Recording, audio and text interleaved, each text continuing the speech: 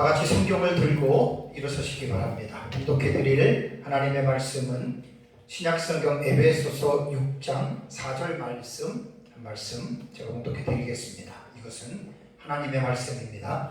또 아비들아 너희 자녀를 노엽게 하지 말고 오직 주의 교훈과 훈계로 양육하라. 아멘. 네, 앉으시기 바랍니다. 가정 준칙에 대한 본문의 말씀이 에베소서 5장 22절부터 나오는데 이번 시간까지 하면은 총 16시간 정도를 에베소서 5장 22절부터 이제 6장 4절까지 제가 이제 가정 준칙에 대한 설교를 이제 마치게 됩니다. 전 가정이 얼마나 소중하고 또 가정이 얼마나 중요한 공동체인지 우리는 가정에 대한 정말 올바르고 분명한 이해를 가지고 우리는 살아야 됩니다. 오늘 6장 4절은 지난주에 제가 6장의 전반부에 대한 말씀을 2시간 하고 이제 오늘은 후반부에 있는 말씀을 이제 이번에 2시간 또 설교를 제가 합니다. 아비들에게 교훈하는 말씀으로서 아비들이 자녀를 어떻게 양육해야 되느냐. 그래서 이제 아비들이 자녀를 양육하는 이 부분에 대해서는 6장 4절 한 절의 말씀으로 이제 집약해서 이제 우리에게 교훈하고 있는데 지난주에도 말씀을 드렸지만 부정적인 명령으로서는 자녀를 노엽게 하지 말고 긍정적인 명령으로는 오직 주의 교훈과 훈계로 양육하라라고 말을 했습니다. 지난주에 제가 말씀을 드릴 때 자녀를 노엽게 하지 말라라고만 명령을 했지 자녀를 노엽게 하면 그 결과가 어떠한 결과가 파생되는지에 대해서는 사실 본문에는 성경에는 침묵하고 있어요. 그 이유는 성경은 모든 것들을 일일이 다 기록할 수가 없습니다.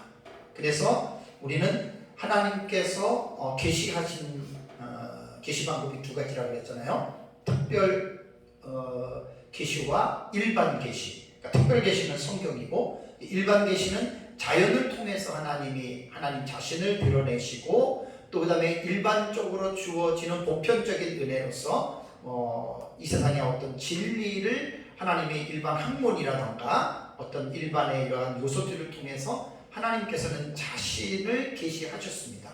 특별히 이제 사람에 대해서 또 혹은 사람이 살아가는 기초 공동체인 가정에 대해서 이제 이 세상의 일반 은총의 영역 속에서는 정신의학자들과 심리학자들과 가정사역자들이 있습니다. 그들이 오랜 시간을 통해서 인간의 행동을 연구하고 또 인간의 가정을 연구하면서 그들이 밝혀놓은 지식들이 사실 엄청나게 많습니다.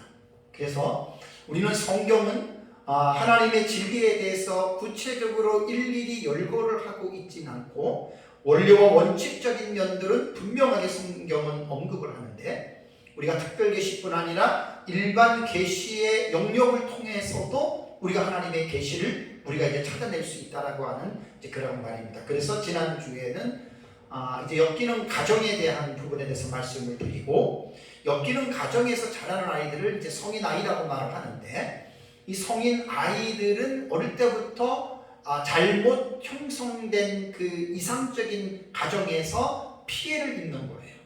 그래가지고 이제 그 성인 아이라고 하는 인간이 기본적으로 생각하는 어떤 그 행동을 범주에서 벗어나서 어떤 이상 행동을 하게 되면 그것이 심할수록 그것을 이제 정신적인 문제로 인격 장애라고 이제 그렇게 정신의학에서는 그렇게 이제 부르고 있습니다.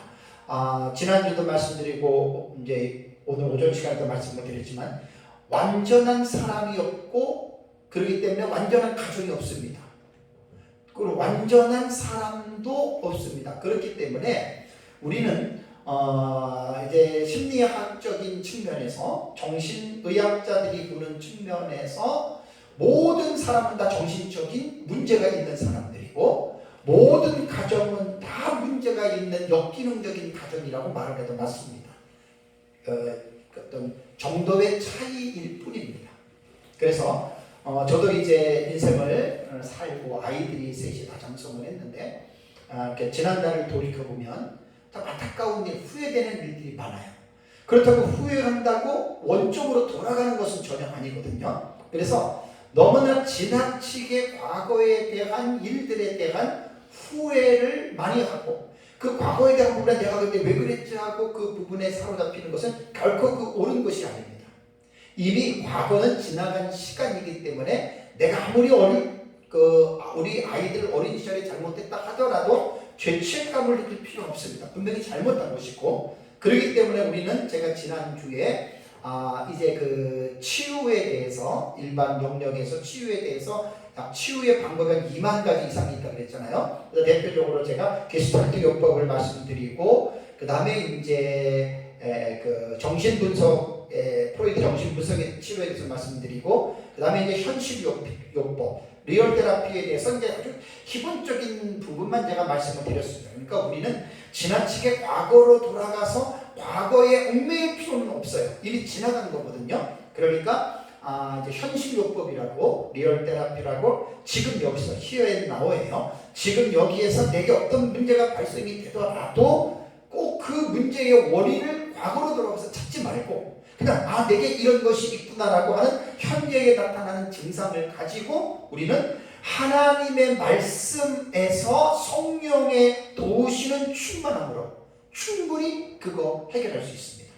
그러니까 프로이트가 말한 정신분석학적인 측면에서 꼭 과거로 돌아가서 원 가정에서 문제를 찾아내서 그거를 해결하려고 하지 말고, 그렇다고 과거를 무시할 수는 없지만 그렇게 찾아내서 해결하려고 하지 말고 그냥 과거를 때로는 무시해도 괜찮아요.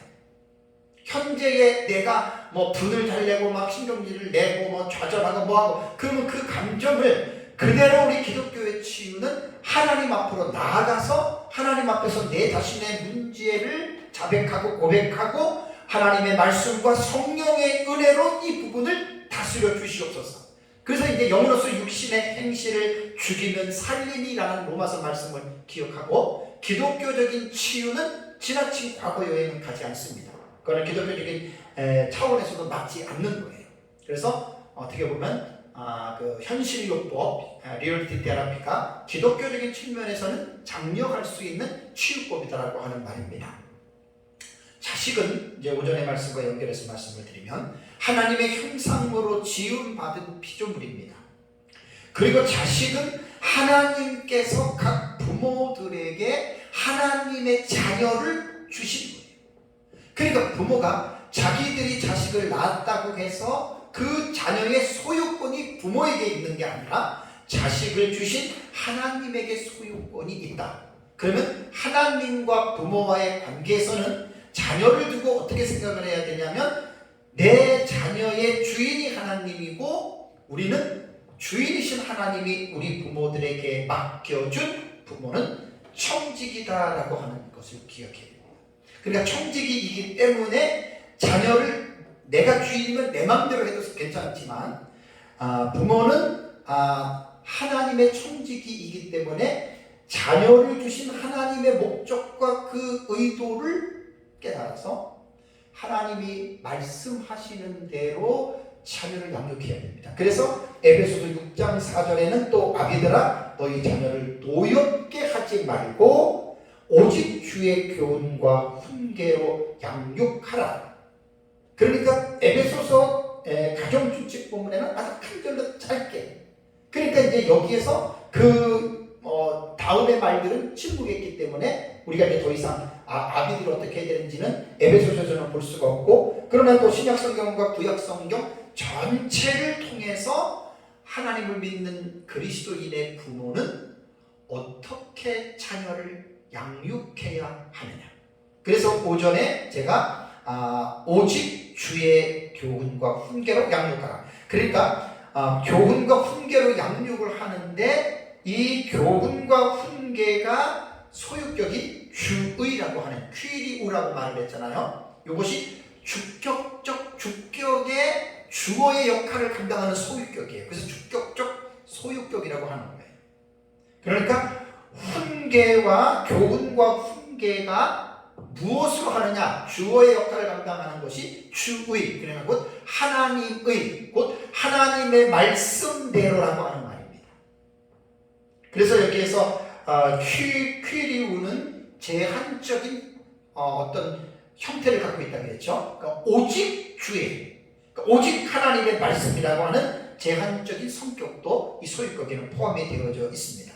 그래서 부모는 하나님의 말씀을 가지고 자녀들을 교훈이라고 하는 파이데이아라고 하는 말은 행동적으로도 하라 그래서 제가 체벌 문제를 잠깐 언급을 했고, 그 다음에 훈계라고 하는 누데시아라고 하는 이 단어는 말로써 이제 가르치는 것이다. 그래서 제가 오전 예배에는 이 두 단어에 대한 의미를 여러분들에게 말씀을 제가 드렸습니다. 자, 모든 자녀들은 하나님의 선물로 태어났는데, 자, 이제 부모들에게 하나님이 맡겼다 그랬습니다. 그렇다면 어떤 부모들을 만나서 어떤 교육을 받고 자랐느냐에 따라서 그 아이의 인생의 길이 달라질 수 있습니다. 꼭 이거 기억해야 돼요. 지난주에도 말씀을 드린 대로 우리말 속담에 부모가 반팔자라는 말이 있어요. 이 말의 의미는 어떤 부모를 만났느냐에 따라서 자녀의 운명의 절반이 결정된다라고 하는 뜻입니다. 사람의 운명이 부모에 의해서 크게 영향을 받게 됨을 비유적으로 이루는 말인데, 이런 속담은 상당 나름 일리가 있습니다. 오전에 말씀드린 대로 교육 철학자 루소가 아이의 마음은 백지장 같아서 그 백지에 어떤 그림을 그리느냐에 따라서 그림이 그려진다라고 말하는 것, 기독교와는 약간 인간의 본질에 대한 보는 개념은 다르지만 상당히 일리가 있습니다.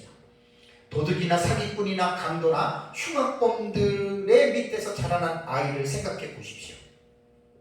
그 아이가 무엇을 보고 자랐겠습니까? 또 선비 집안에서는 선비가 난다는 우리 옛말의 속담이 있잖아요. 그만큼 아이들이 어릴 때 가정의 환경이 그만큼 그 아이가 성장하는 과정에 어떻게 보면 절대적인 영향을 미친다 그래도 사실 틀리진 않아요. 어떠한 그 도전이나 어떤 그런 것들을 영향을 받았는지에 대해서 강력하게 받을수록 그 아이의 삶이 여러분 그렇게 집중이 됩니다. 옛날에 가정사회 공부할 때 얘기를 들었는데, 그 어떤 집안의 그 자녀들이 다 그 외항 그 배를 탔다 그래요. 그래서 마트로스가 됐는데 결국 다 바다에서 죽었는데, 그 이제 어떤 사람이 그 집을 위로하기 위해서 가봤더니 그 집에는 옛날부터 그 마도로스가 그 담배 있잖아요. 파이프 담배를 탁 물고 그 배의 키를 탁 잡고 있는 그 그림이 그 집에 옛날부터 붙어 있었대요. 그러니까 아이들이 어릴 때부터 봤던 그림이 바다에 배를 항해하는 그 마도로스가 딱 있는 걸 보고, 그래서 아마 그러한 것들이 영향이 돼서 아마 아이들이 다 그렇게 되지 않았나라고 하는 것인데, 그것도 나름 여러분 일리가 있습니다. 그러니까 어린 시절부터 부모로부터 가정 환경에 어떠한 환경에서 자랐느냐가 결국 그 아이의 운명을 어느 정도 결정한다라고 해도 틀린 말은 아닙니다. 오전에도 말씀드린 대로 잠언 22장 6절에 마땅히 행할 길을 아이에게 가르치라. 그리하면 늙어도 그것을 떠나지 아니하리라. 여기서 마땅히 행할 길은, 성경에서 말하는 마땅히 행할 길은 하나님의 말씀을 가지고 올바른 자녀 교육을 시키는 것을 말합니다. 그래서 부모가 하나님의 말씀으로 교육해야 하는 것은 구약 성경에서 아주 매우 강조하고 있는 사실입니다. 그래서 이번 시간에는 이제 설교 제목을 구약 성경의 지상 명령인 자녀 교육, 쉐마 교육이라고 하는 이러한 제목으로 이제 말씀을 전하겠습니다. 이제 구약 성경에 나타난 자녀 교육은 명령입니다. 구약 성경에도. 구약 성경에는 하나님께서 부모들에게 자녀들을 하나님의 말씀대로 교육시킬 것을 명령했습니다. 특히 하나님께서 자녀를 주신 목적이 창조주 여호와 하나님에 대한 신앙을 교육하기 위함이 목적입니다. 그래서 여호와 하나님에 대한 신앙의 핵심적인 내용은 무엇일까요? 자, 우리가 하나님을 믿는다, 교회를 다닌다, 도대체 이게 믿는다는 것이 과연 무엇일까요? 그래서 이제 성경이 특별하게 정의한 내용이 뭐냐면 여호와를 경외하면서 그 명령을 순종하면서 살아가는 것이 여호와의 신앙입니다. 그러니까 항상 하나님을 경외하고 하나님의 말씀을 순종하는 것. 제가 이거는 가정에 대해서 여호와를 경외하는 가장이 받을 복에서 제가 여러분들에게 그때 그 본문에 대한 의미를 말씀을 드렸는데, 여호와를 경외하면서 하나님의 말씀을 순종하는 그것이 여러분 사람으로서의 정말 제일 중요한 인생의 목적입니다. 우선 창세기 18장을 먼저 가볼까요? 창세기 18장. 구약 성경에 나타난 이제 오늘은 그 교육에 대한 중요성을 보는데, 자, 창세기 18장 19절을 보면 하나님이 이제 아브라함에게 이런 말씀을 합니다. 내가 그로 그 자식과 권속에게 명하여 여호와의 도를 지켜 의와 공도를 행하게 하려고 그를 택하였나니 이는 나 여호와가 아브라함에게 대하여 말한 일을 이루려 함이라 라는 말씀이 있습니다. 우리는 이스라엘 백성들의 조상이 아브라함이잖아요. 그래서 하나님이 아브라함을 선택하셨습니다. 하나님이 아브라함을 선택하신 목적은 여러 가지가 있지만 오늘 창세기 18장 19절에서는 하나님이 아브라함을 왜 선택했느냐, 그 선택의 목적이 아브라함을 통해서 태어나는 그의 후손들에게 그들이 하나님의 말씀을 지켜 행하기 위함이라고 분명하게 교훈하고 있습니다. 아브라함 때는 율법이 없었습니다. 성문법이 없었고 불문법만 있었는데, 불문법은 인간의 마음속에 새겨주신 양심의 법이 불문법입니다. 그 양심의 법인 불문법이 이제 모세로 말미암아 주어진 토라 속의 율법 속에 그 의미와 중심은 똑같습니다. 사랑에 대한 부분입니다. 그래서 하나님께서 아브라함을 선택하신 이유가 아브라함을 통해서 태어나는 자녀들이 하나님의 말씀을 지켜서 이제 하나님의 뜻대로 살아가기 위함이라고 이미 창세기에서는 그 부분을 말하고 있습니다. 자, 그러면서 이제 시간이 지나서 신명기 4장을 보세요. 아브라함 이후에 이제 그의 후손들이 이제 애굽에 들어갔다가 이제 나오잖아요. 그리고 이제 모세를 통해서 시내산에서 율법을 받고 광야에 있는 동안에 신명기 4장 10절을 보면은 내가 호렙산에서 내 하나님 여호와 앞에 섰던 날에 여호와께서 내게 이르시기를 나에게 백성을 모으라. 내가 그들에게 내 말을 들려주어 하나님 말씀을 들려주는 겁니다. 그 목적이 뭐죠? 그들이 세상에 사는 날 동안 나를 경외함을 배우게 하며 그 다음에 그 자녀에게 가르치게 하리라 하시매라고 말을 했습니다. 그러니까 하나님이 모세에게 율법을 주신 이유는 아브라함의 자손들이 세상에 사는 동안에 하나님을 경외하는 삶을 살게 하기 위하여, 그것을 가르치기 위하여 율법을 주셨고, 그 다음에 그 부모들에게는 자녀에게 가르치게 하려고 하나님께서 이 율법을 주셨다라고 이렇게 말씀을 하고 있습니다. 그러니까 결국 아브라함 때나 모세 때나 또 정해진 이 주어진 성문법 이후의 시대에도, 신약 시대인 지금에도 하나님은 하나님을 믿는 부모들을 통해서 하나님의 말씀을 주의 교훈과 훈계로 양육하기를 하나님께서 원하셨다고 하는 말입니다. 이러한 신앙 교육의 중요성에 대해서는 하나님께서는 모세를 통해서 쉐마 교육을 명령하셨습니다. 그래서 신명기 6장을 한번 보겠습니다. 신명기 6장 4절과 9절을 보면 우리가 잘 아는 대로 쉐마 본문이라고 그러죠. 이게 쉐마 본문입니다. 신명기 6장 4절과 9절의 내용을 한번 보겠습니다. 이스라엘아 들으라. 우리 하나님 여호와는 오직 유일한 여호와이시니 너는 마음을 다하고 뜻을 다하고 힘을 다하여 내 하나님 여호와를 사랑하라. 오늘 내가 네게 명하는 이 말씀을 너는 마음에 새기고 내 자녀에게 부지런히 가르치며 집에 앉았을 때에든지 길을 갈 때에든지 누워있을 때에든지 일어날 때에든지 이 말씀을 강론할 것이며 너는 또 그것을 내 손목에 매어 기호를 삼으며 내 미간에 붙여 표로 삼고 또 내 집 문설주와 바깥문에 기록할지니라. 신명기 6장 4절에서 9절의 말씀은 구약 성경의 지상 명령으로 일컬어지는 말씀입니다. 지상이라고 하는 말은 이 땅 위의 그 지상을 말하는 게 아니고 더할 수 없는 높은 것을 말합니다. 그러니까 최상이라는 말입니다. 그러니까 최고라는 말이죠. 그러니까 구약 성경에서 말하는 하나님의 명령 가운데의 최고의 명령이 무엇이냐?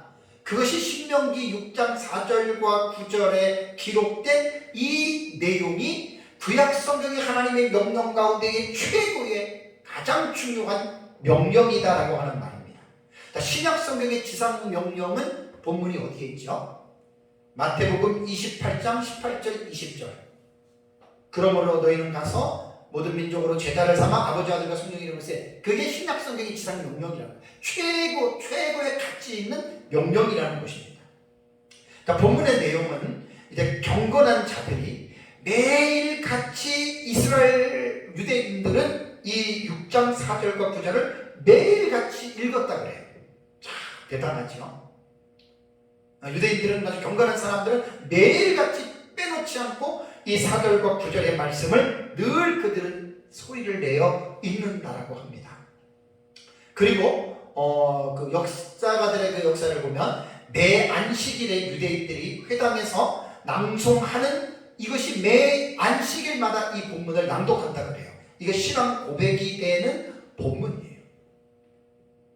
그러니까 참 하나님의 말씀은 늘 우리가 들어야 되거든요. 또 늘 봐야 되거든요. 그래서 4절을 보면 뭐라고 나왔습니까? 이스라엘아 들으라 라는 말이 나오잖아요. 그죠? 이스라엘아 들으라.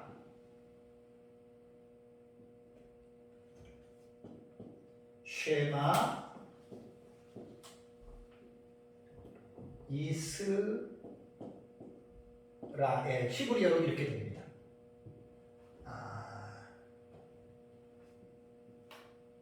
쉐마. 네 글자예요. 쉐마. 쉐마. 그 다음에 이스라엘 이렇게 됩니다.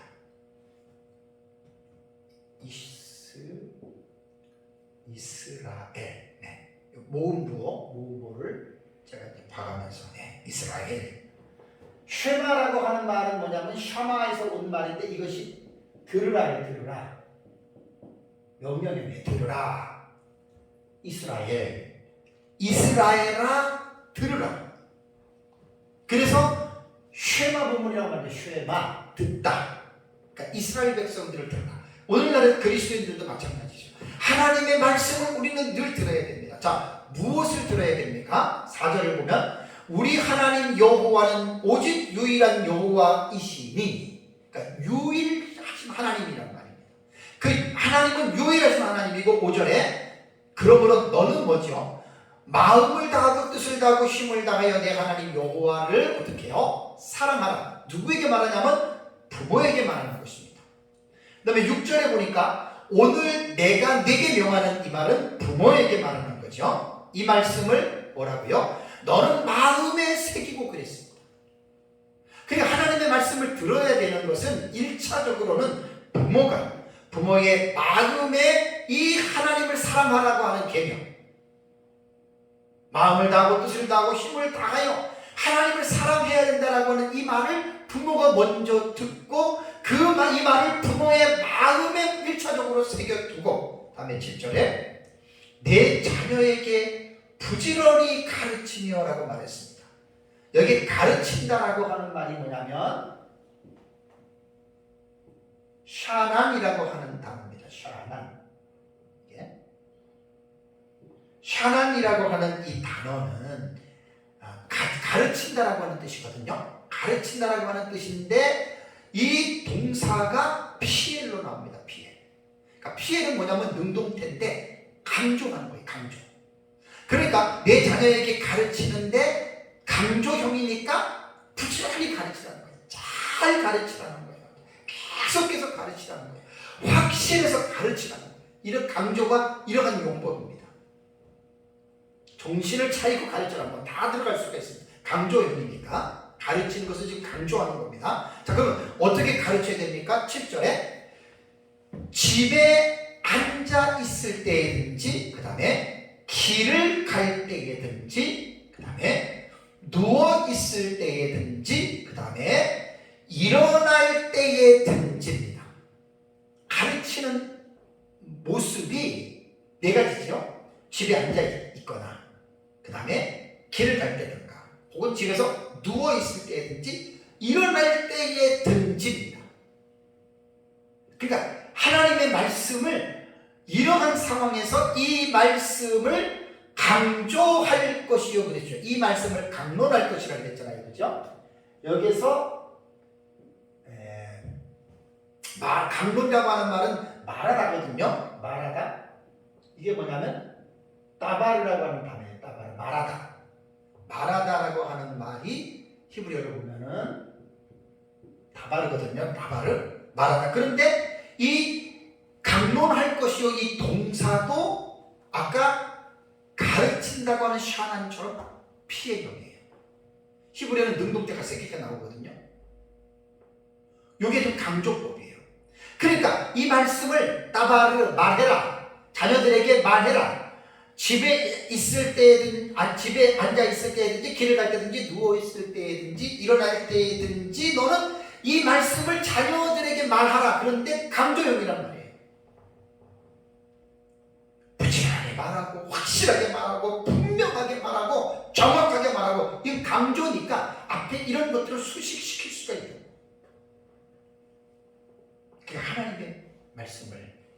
하나님의 말씀을 말하는 자녀들에게 어떤 상황, 어떤 환경에든지 간에 자녀들에게 가르쳐.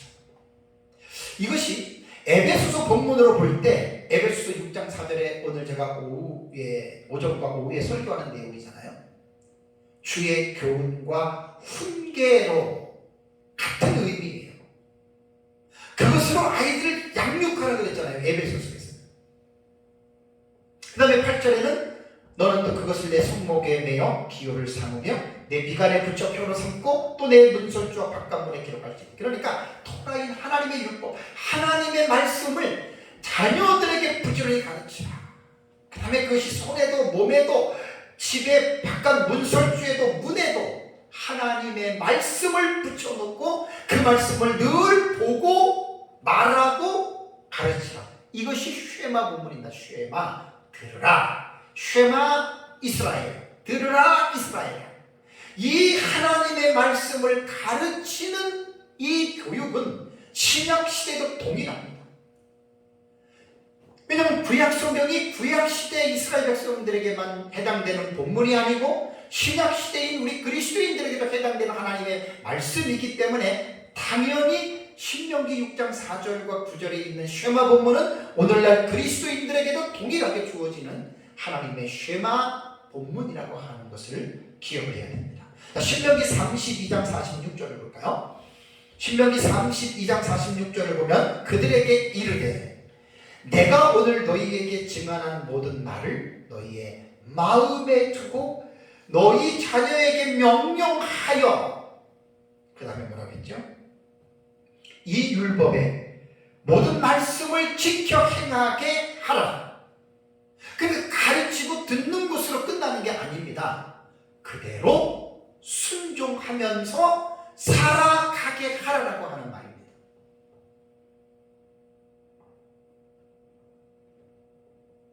로마서에도 말했지만 하나님의 말씀은 야고보서죠. 그냥 듣고 말만 하는 것이 아니라 말씀을 지켜 행해야 된다라고 하는 말입니다. 그래서 신명기 6장 4절과 9절의 쉐마 본문에서는 부지런히 부모들이 자녀에게 가르치고 가르치는 것은 단순한 지식이 아니라 그 가르치는 대로 자녀들이 이 세상을 살면서 행하면서 살아가도록 그렇게 부모는 자녀에게 집에 앉았을든지 길을 걸어갈 때든지 누웠을 때든지 일어날 때든지 항상 자녀들에게 부모가 주의 교훈과 훈계로 신약성경 에베소서로 가면 계속해서 자녀들을 그렇게 가르치라는 거예요. 이것이 구약 성경에서 지상명령이에요. 최고의 명령이 바로 이 명령입니다. 신약 성경의 지상명령이 모든 민족에게 복음을 전하는 것이라면 구약 시대의 지상명령은 자기 가정에서 부모가 아비가 자녀에게 하나님의 율법을 부지런히 가르치는 것입니다. 그렇다면 우리는 구약의 지상명령과 신약의 지상명령을 가지고 어떤 것이 중요하느냐라고 우리가 혹시 이렇게 어떤 물어볼 수가 있을까요? 그럴 필요 없습니다. 둘 다 중요한 명령이고 동전의 앞뒷면과 같이 동일한 하나의 명령으로 여러분 이해를 해야 됩니다.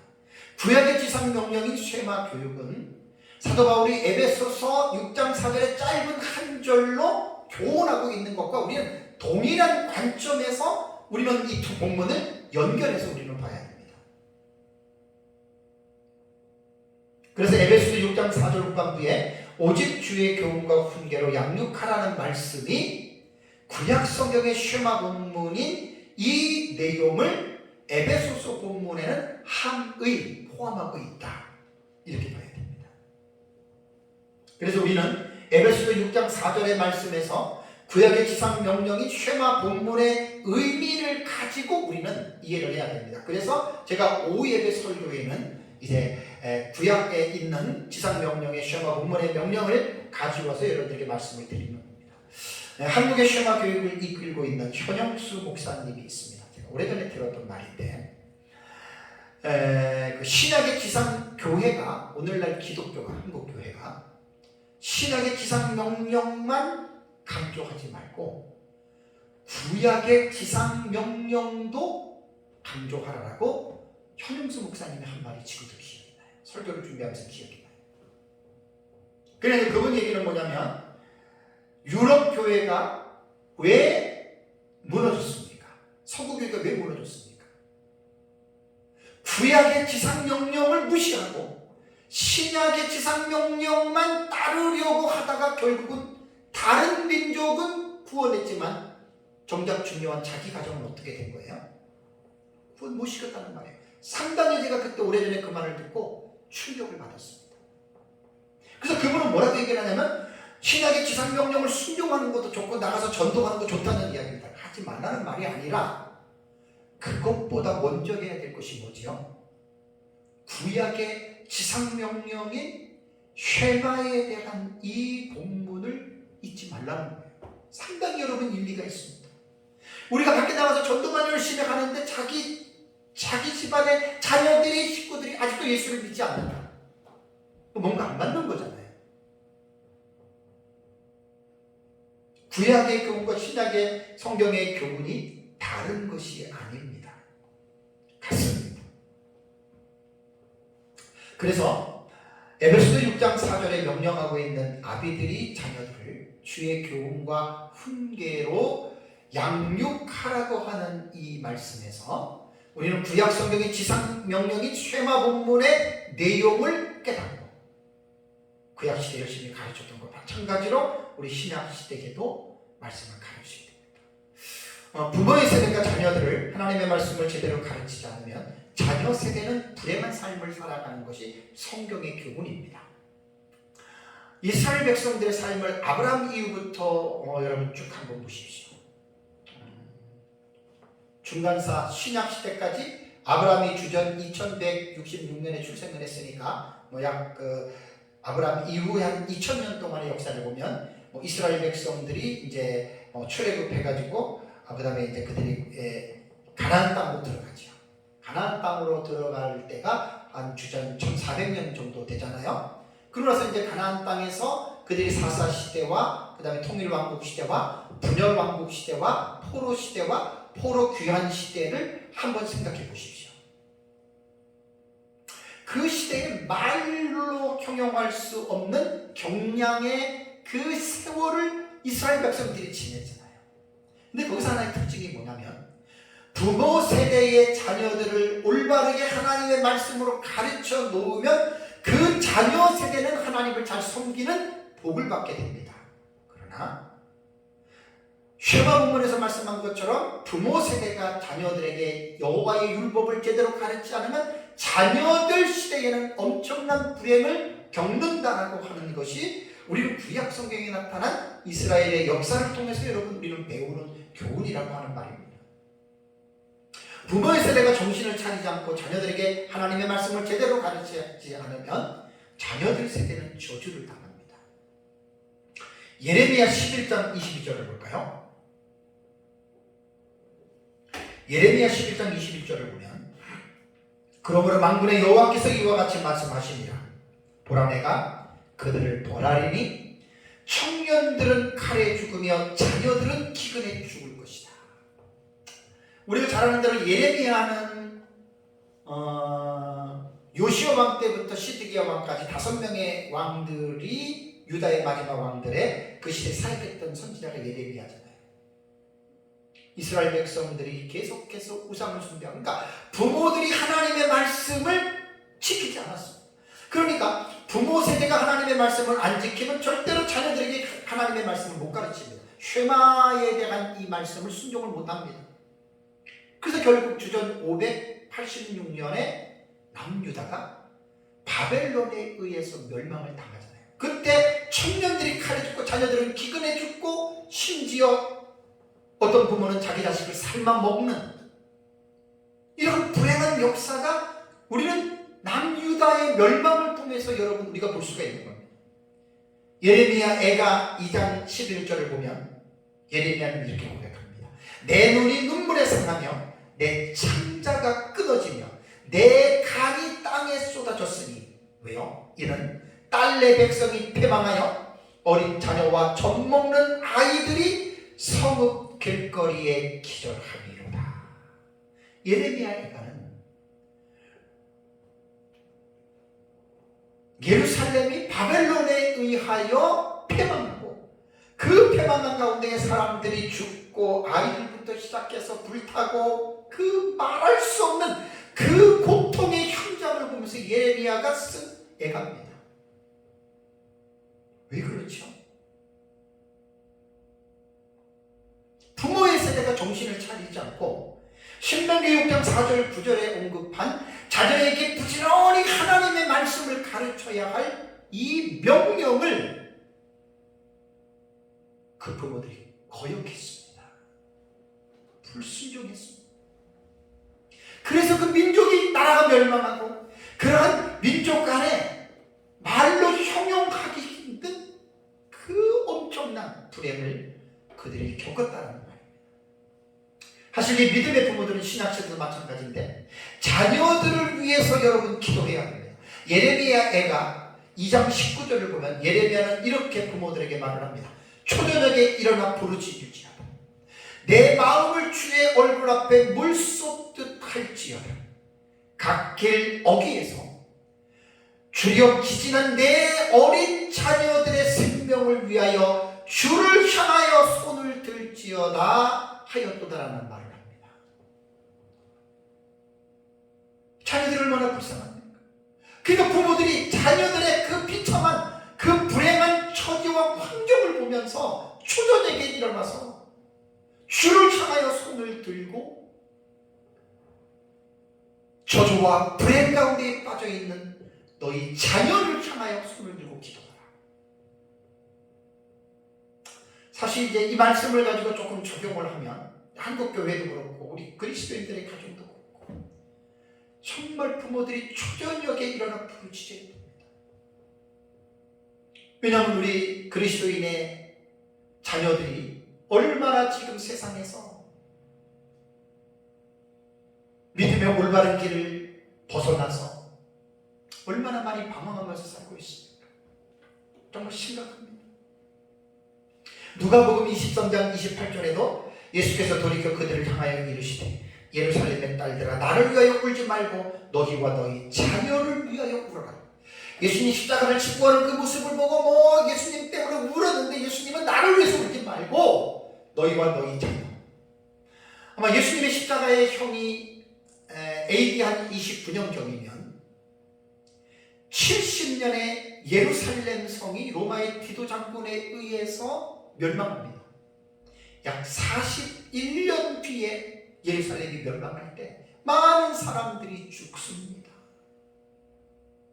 그러니까 예수님이 십자가를 지고 올라갈 때 예수님은 나를 위해서 울지 말고 너희와 너희 자녀들 세대, 앞으로 40년이 지나면 이 예루살렘이 로마에 의해서 멸망하고 많은 사람들이 죽임을 당하는. 근데 이 역사 속에서 나라의 흥망성쇠를 보면 부모의 세대가 자녀들에게 쉐마 교육을 제대로 시킨 그 시대는 자녀들 시대가 평안합니다. 그 이스라엘 왕정 시대, 분열왕국 시대에도 그게 나타나잖아요. 왕이 타락하고 왕이 하나님의 말씀을 백성들에게 올바르게 가르치는 이 일을 서포트를 해주지 않으면 백성들이 다 우상을 숭배하고 난리가 납니다.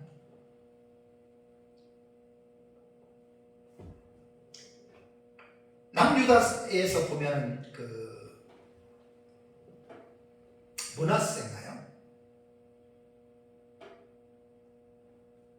그 우상 숭배 때문에 남유다가 망하잖아요.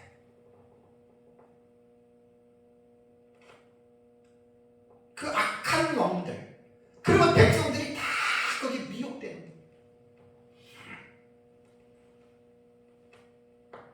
마지막으로 제가 이제 적용하는 차원에서 자녀를 우리가 하나님의 말씀으로 주의 교훈과 훈계를 양육해야 되고, 구약의 본문처럼 쉐마 이스라엘아 들으라, 계속해서 하나님의 말씀을 부지런히 가르쳐야 되는데 자녀를 기르는 것은 결코 쉽지 않습니다. 두 아이를 셋을 기르면서 결코 쉽지 않습니다. 이론하고 실제는 다릅니다. 교육을 시켰는데 결국 안 좋을 때가 있어요. 왜 그럴까 한번 생각해 봐야 돼요. 기도도 하는데 교육은 시키는데 왜 우리 자녀들이 변화가 되지 않을까? 그것은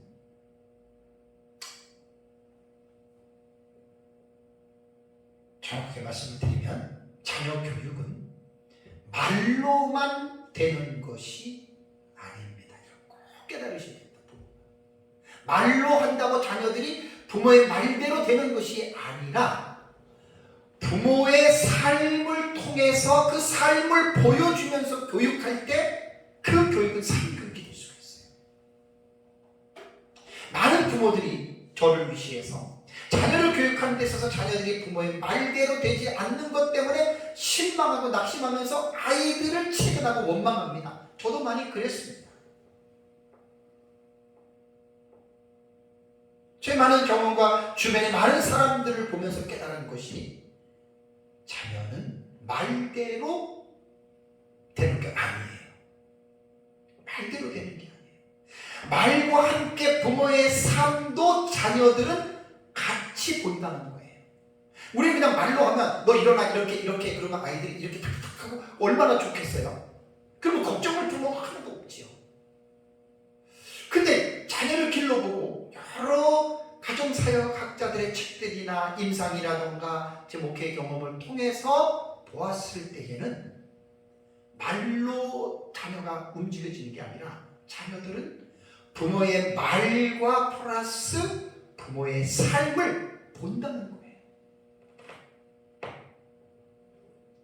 그래서 부모의 말과 삶이 괴리가 있고 일치가 되지 않으면 자녀 교육은 실패합니다.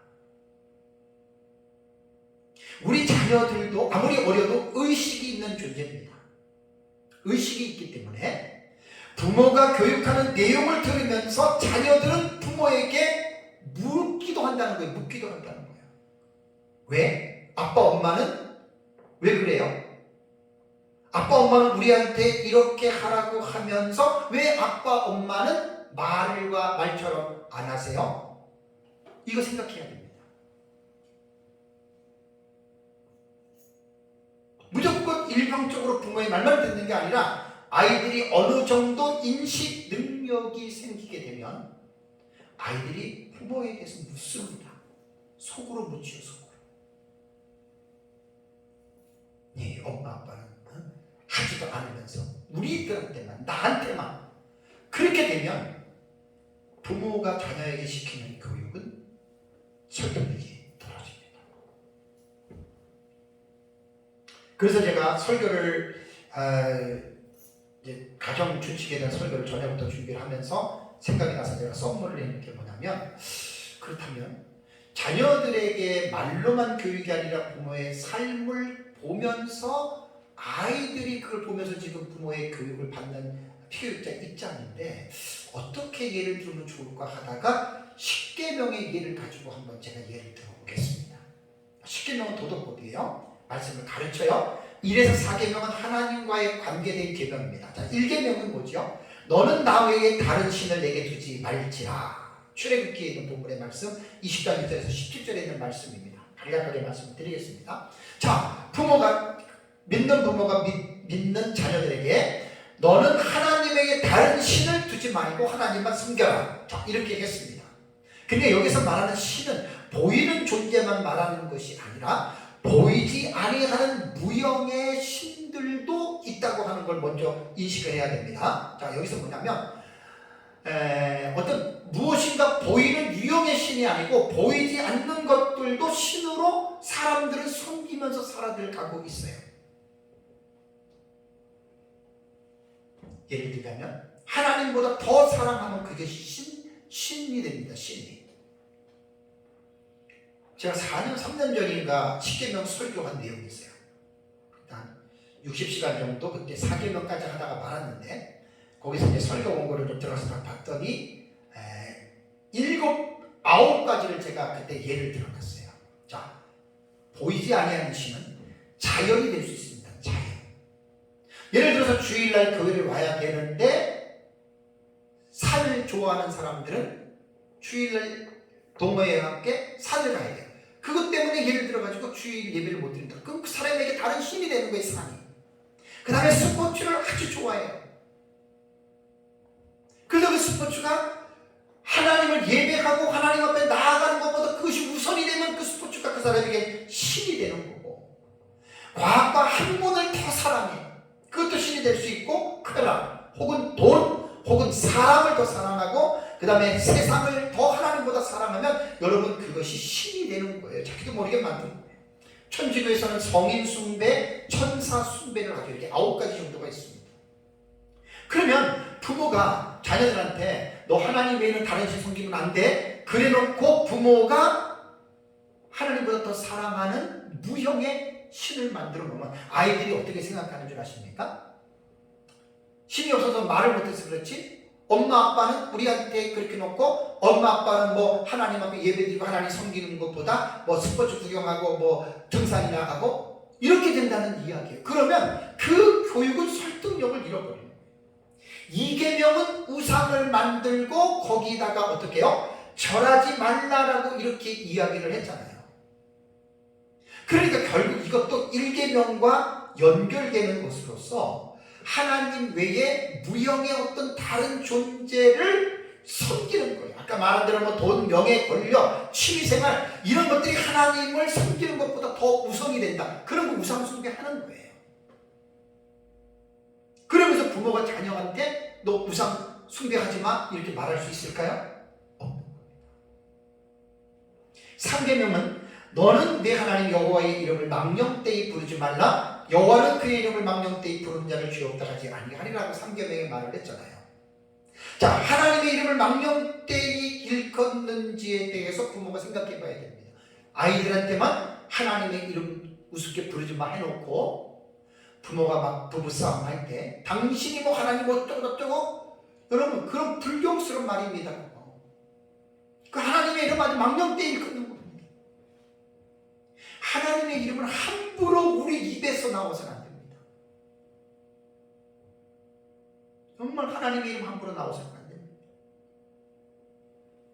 부모가 하나님의 이름을 망령되이 일컬어놓고 아이들한테 하나님의 이름을 망령되이 일컬지 말라고 하는 것은 이율배반적인 그런 행동이기 때문에 안 됩니다.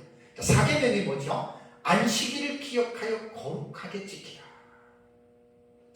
안식일에 대해서는 사실 되게 중요한 겁니다. 구약시대에는 토요일을 안식일로 지켰습니다. 그래서 안식일을 지키는 방법은 모든 일을 생업을 멈추고 하나님 앞에 나가서 제사 드리는 일만 집중한 게 안식일입니다. 근데 예수님의 십자가의 죽으심으로 의식적으로 지켜지는 토요일 날에 지켜지는 구약시대의 안식일이 그리스도인들은 기독교는 신약시대에 자연스럽게 안식 후 첫날인 일요일날 주일날에 우리는 안식일을 우리는 그날을 지키는 거예요. 그런데 이 안식일에 대한 개념이 구약시대에 지켰던 그대로 지키는 것이 아니라 차이가 있고 중심은 그대로지만 지키는 방식에는 차이가 있습니다. 예를 들자면 구약시대에는 토요일날 안식일 지키자면 돌로 쳐서 죽였잖아요. 그럼 신약시대의 주일을 우리가 안식일로 지키는데 지키지 않는다 돌로 쳐 죽이거나 그러지는 않는 거예요. 그러니까 그러한 어떤 방식에 있어서는 차이가 있지만 원리와 원칙으로 볼 때는 신약시대에 우리가 지키는 주일이 구약시대의 사계명인 안식일을 지켜라고 하는 계명과 동일하게 우리는 그 말씀의 의미를 우리는 가져야 됩니다. 다만 토요일에서 신약시대에는 일요일날로 그 안식일이 옮겨져 왔다. 그리고 그 안식일은 구약시대에 얽매여서 지키는 것이 아니라 신약시대에 지키는 이 주일 안식일은 기쁨과 즐거움으로 자발적으로 우리를 구원하신 하나님을 찬양하고 예배하는 그런 적극적인 마음과 모습을 가지고 주일을 반드시 지켜야 한다. 이것이 신약시대에 우리가 말하는 안식일의 개념입니다. 부모들 중에 주일날 교회 열심히 나가다가 예를 들어서 중요한 일이 하나씩 턱턱 생기게 되면 예를 들어서 친척들 중에 누가 결혼을 하는데 일요일날 안 믿으니까 한다. 거기를 가야 된다. 교회 열심히 나가다가 가끔가다 그렇게 이 하나 빠지듯이 그렇게 탁탁 빠지는 경우가 있어요. 그러면서 부모는 뭐라 그래요? 너 주일날 교회 꼭 가 그럽니다. 그리고 자기는 진짜 무슨 특별한 일이 있으면 그냥 그날을 빠집니다. 여러분 어떻게 생각하십니까? 자녀들이 부모에게 묻지 않을 수 있습니까? 그러면 살다 보면 그러한 특별한 일들은 가끔이나 자주 생길 수가 있는 거예요. 그러면 다 그렇게 생각을 한다면 그럼 자기의 입장에서 그 날을 마음대로 결정하는 거예요. 여러분 구약시대의 안식일의 개념은 무슨 일이 있어도 토요일 날은 무슨 일이 있어도 그날은 안식일입니다. 오늘날 신약시대의 주일이 이러한 정신을 잃어버리고 있습니다. 많은 교회들이 잃어버리고 있습니다.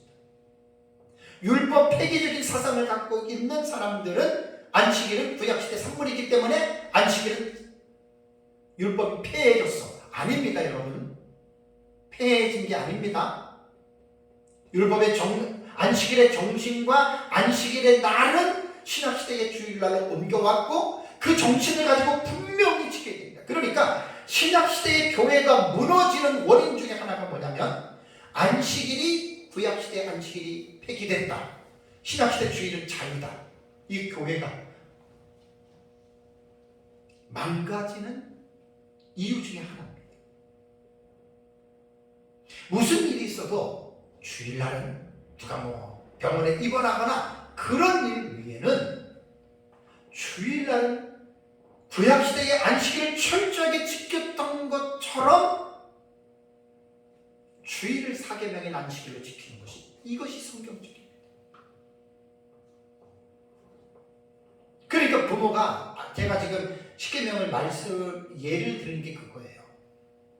부모가 말씀대로 살지 않으면서 아이들에게 강요하는 거예요. 그럼 아이들이 그 교육 말대로 절대로 잘하지 않습니다. 오히려 이율배반적인 부모에게 의구심을 따집니다. 아빠 엄마는 중요한 일이 있으면 교회도 안 가고 그러면서 왜 나한테 자꾸만 가라 그래? 설득력을 잃어버린다는 이야기예요. 그 다음에 이제 5계명에서 10계명까지는 이제 사람들과의 관계된 계명이죠. 5계명은 내 부모를 공경하라. 그리하면 내 하나님 여호와께서 내게 줄 땅에서 생명이 길리라고 5계명이 있습니다. 분명히 자녀가 부모를 공경해야 됩니다. 그런데 자식이 있으면, 조부모가 있으면 지금 자기 엄마 아빠가 할아버지 할머니한테 어떻게 하는 줄 아이들은 알아요. 자녀 입장에서 볼 때 자기 부모가 조부모를 잘 효도하고 공경하면 사실 자식에게 할 말이 없어요. 그 자식 그대로 합니다. 그런데 부모 입장에서 자기의 부모에게 제대로 공경하지 않고 그러면서 자기 자식들한테 너 아버지 엄마 공경해. 이거는 이율배반적이잖아요. 말이 안 되잖아요.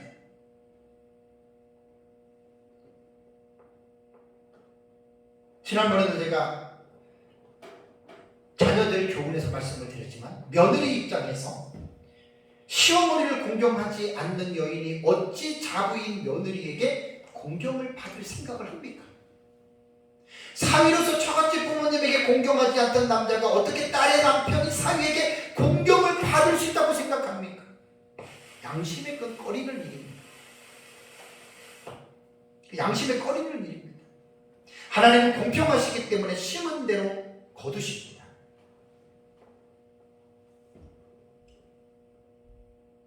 그러니까 자녀 교육은 말대로 되는 게 아니라 그랬잖아요.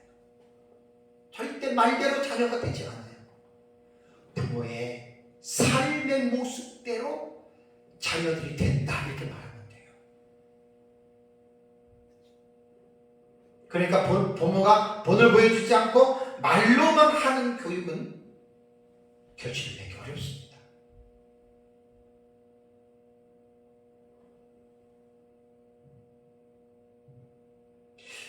내 부모를 공경하라. 이게 참 제가 지금도 눈에 선합니다.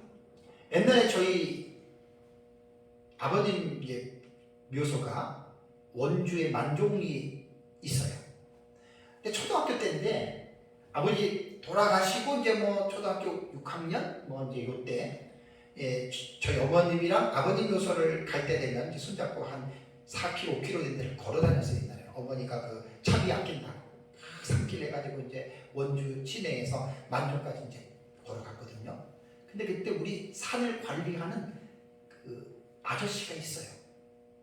근데 그 아저씨가 보세요. 술 먹으면 자기 아버지를 때렸어요. 그다음에 초등학교 때 그걸 봤어요. 때렸는데 이제 시간이 좀 지나고 나서 그 아저씨도 아들이 있었거든요. 중고등학교 때인가 저희 어머니한테 얘기를 들었는데 나중에 저희 어머님이 이제 가서 봐서 그 남씨 아저씨예요. 그 아저씨 이빨이 부러졌어. 근데 어머님이 뭐라는 줄 알아요? 아들한테 맞아가지고 이빨이 부러졌다는 거예요. 확실하게 내가 봤어요. 뭘 말하는 거지? 시민들을 거듭니다. 그러니까 부모를 공경하는 것을 자식에게 보여주지 않으면서 자식이 나를 공경해 줄 것이라고 하는 것은 말이 안 되는 거예요. 다음에 6계명은 살인하지 말랍니다. 우리는 살인은 정말 직접적인 살인은 우리가 하지 않아도 영적으로 말을 한다면 남을 미워하면 살인하는 거잖아요. 우리가 자녀들한테 너 살인하면 안 돼.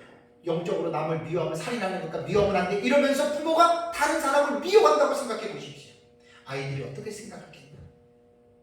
엄마 아빠는 남을 미워하면서 나보고는 미워하지 말래. 그럼 아이가 그렇게 말대로 안 돼요. 부모 모습대로 따라가죠. 7계명은 간음하지 말랍니다. 참 우리 옛날에 부모님들 같은 경우 남자들이 참 바람을 많이들 폈어요. 이 여자 저 여자 막 살고 그 자식들이 다 봤을 거 아니에요.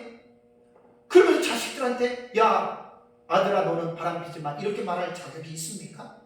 없습니다. 그리고 간음의 의미는 어떤 마음으로 음란을 즐기는 것도 영적 간음이라고 해요. 그러니까 참 부모의 삶이 말로 자녀를 교육하는 게 아니라 부모의 삶이 자녀를 교육하는 사실 원동력이 되는 거예요. 부부가 끝까지 정절을 지키고 남편과 아내가 끝까지 정절을 지키면서 살았다. 자식들도 얼마나 좋은 본보기입니까? 다음에 8계명은 도둑질하지 말랍니다. 도둑질하지 말아라. 부모가 자녀에게 도둑질하지 말라고 하고 도둑질할 수 있어요? 어떻게 되겠습니까? 9계명은 내 이웃에 대하여 거짓 증거하지 말라라고 했습니다. 부모가 자녀에게 거짓말하지 말라고 하고 부모가 거짓말을 해요.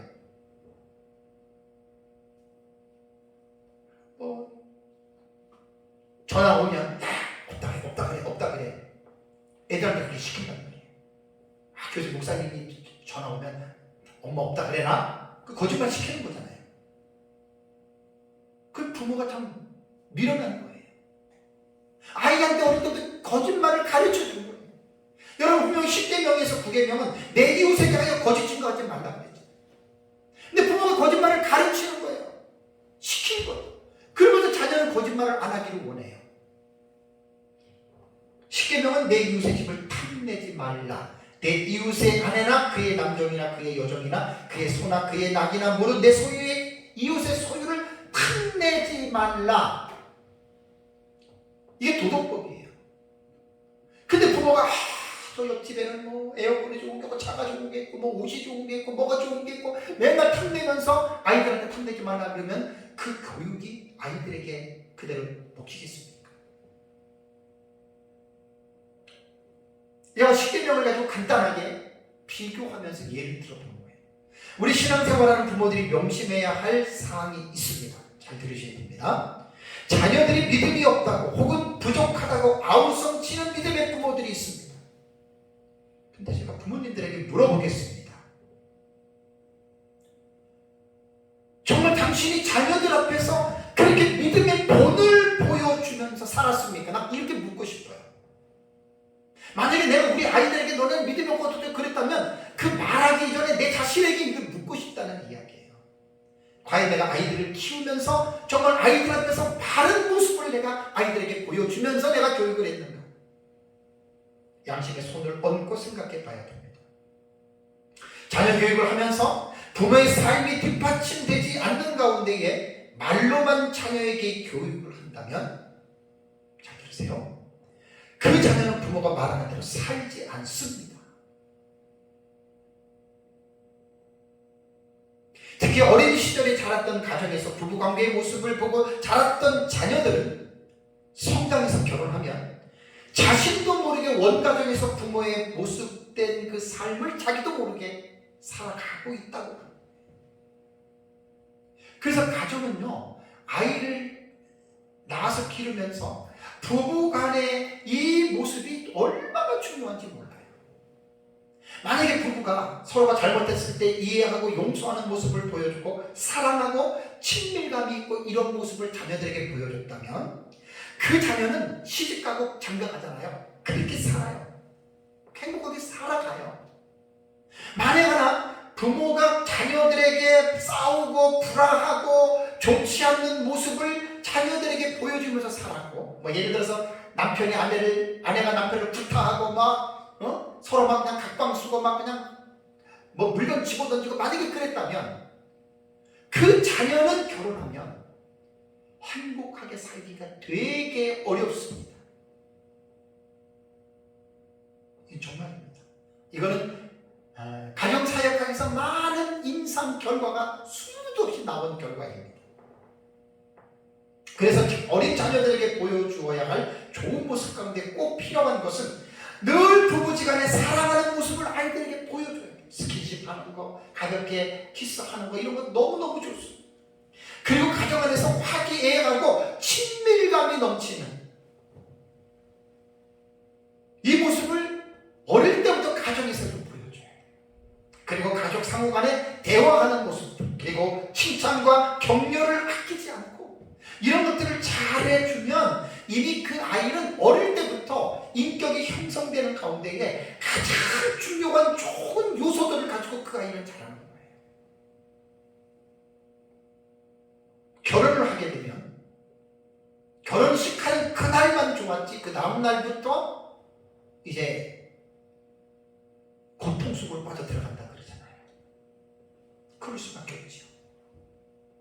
서로가 살았던 삶의 가정의 문화가 다른 거예요. 그러니까 두 문화가 갑자기 만났기 때문에 얼마나 소목소목하고 이게 문명의 충돌이 일어나는 거예요. 그 부부싸움이란 말이에요. 근데 그게 이제 어느 정도 아주 가벼운 증상이 있을 때는 그냥 살아가는데, 지난주에 말씀드린 대로 엮이는 가정에서 성인 아이의 그 정도가 조금 과하다. 그러면 문제가 그 사람에게 있는 거예요. 똑같이 어떤 인격 장애가 심하다. 그러면 결혼을 유지하기 힘들어요.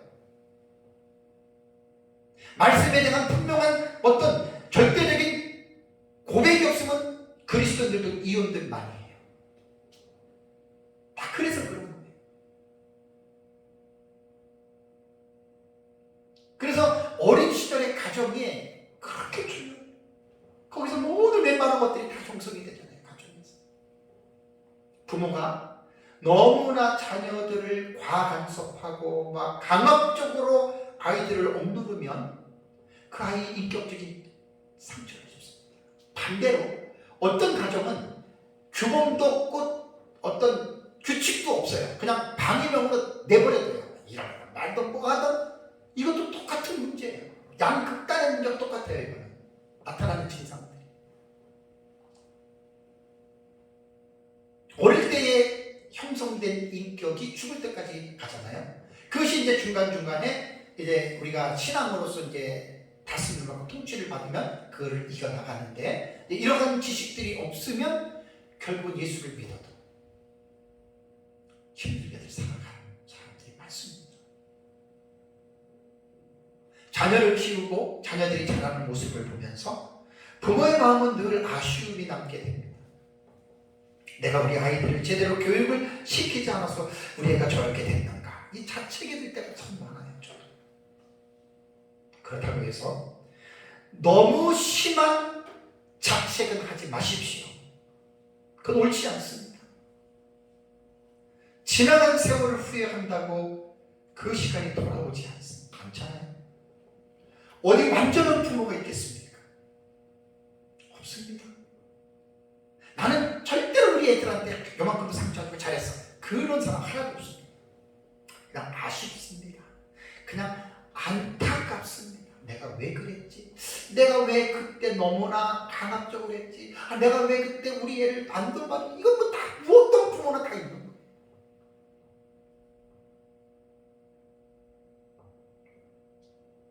자신을 자책하고 후회한다고 일은 해결되지 않습니다.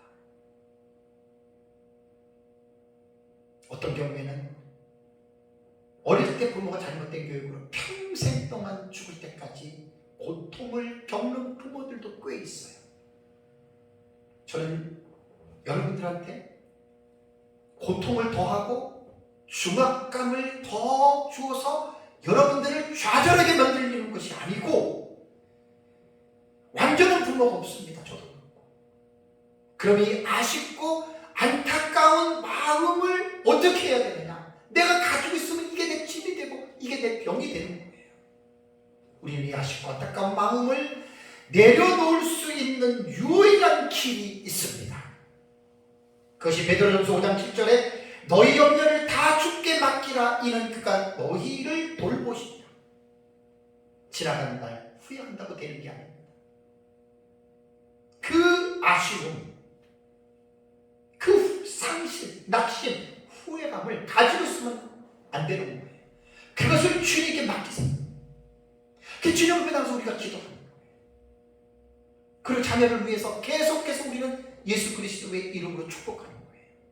내가 잘못 길렀더라도 우리 자녀들이 그리스도 안에 있고 또 그리스도 안에 있기 때문에 하나님의 말씀과 하나님의 성령으로 우리 아이가 잘 자랄 수 있도록, 엮이는 가정에서 성인 아이, 인격적인 장애가 있다 하더라도 하나님 불쌍히 여기셔서 우리 자녀들이 하나님의 말씀 안에서 잘 그 극복을, 난관을 극복하면서 하나님의 사람으로 잘 살아갈 수 있도록 부모는 늘 하나님 앞에 앞에 눈물로써 시간을 보내야 됩니다.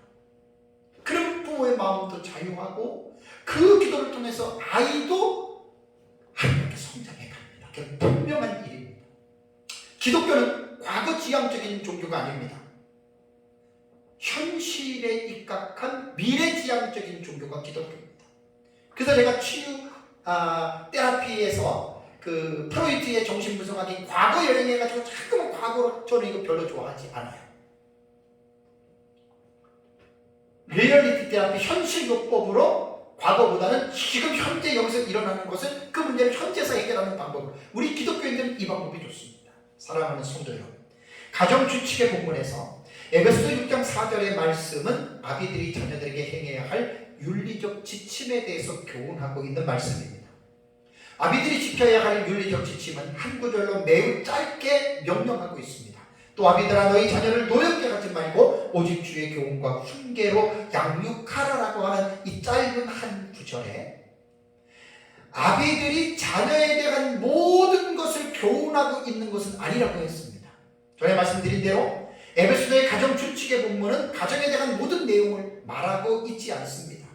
중요한 핵심적인 원리들에 대해서만 교훈하고 있다라고 하는 사실을 알아야 됩니다.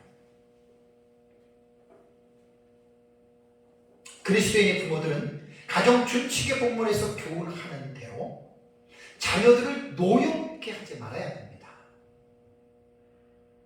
자녀들을 노엽게 하면 낙심하고 그것으로 인해서 우리 자녀들의 인격이 손상이 돼요. 마음에 병이 들고 마음의 상처가 기쁘면 기쁠수록 그 아이가 앞으로 살아가는 인생의 여로 속에서 그 아픔 때문에 말로 형용할 수 없는 아픔과 고통 속에서, 어둠 속에서 그 자녀가 살아가야 됩니다. 물론 예수 그리스도를 믿고 하나님의 말씀을 통해서 다스림을 받고 회복이 될 수 있는 것은 분명합니다. 그래서 신앙생활을 하는 그 사람들이 복을 받는다는 말입니다. 그리고 주의 교훈과 훈계로, 하나님의 말씀으로 자녀들을 잘 양육하시기 바랍니다. 그래서 주의 교훈과 훈계로 잘 양육받은 자녀들은 가정에서 부모에게 순종하는 자녀가 되고 또 부모를 공경하는 자녀들이 될 것입니다. 이렇게 양육받은 자녀들은 교회와 사회의 건강한 구성원들이 돼요. 그래서 그런 자녀들이 있는 교회나 사회는 아름다운 공동체를 만들어 가는데 기여를 하는 것입니다. 그러므로 부모들은 사회의 기초 공동체인 가정에서 하나님께서 명령하시는 이 가정의 규칙의 교훈들을 잘 지켜나가고, 또 여러분들의 가정이 하나님의 말씀에 순종함으로 이러한 아름답고 복된 가정이 되어 가시기를 주님의 이름으로 축복합니다. 다 같이 기도하겠습니다.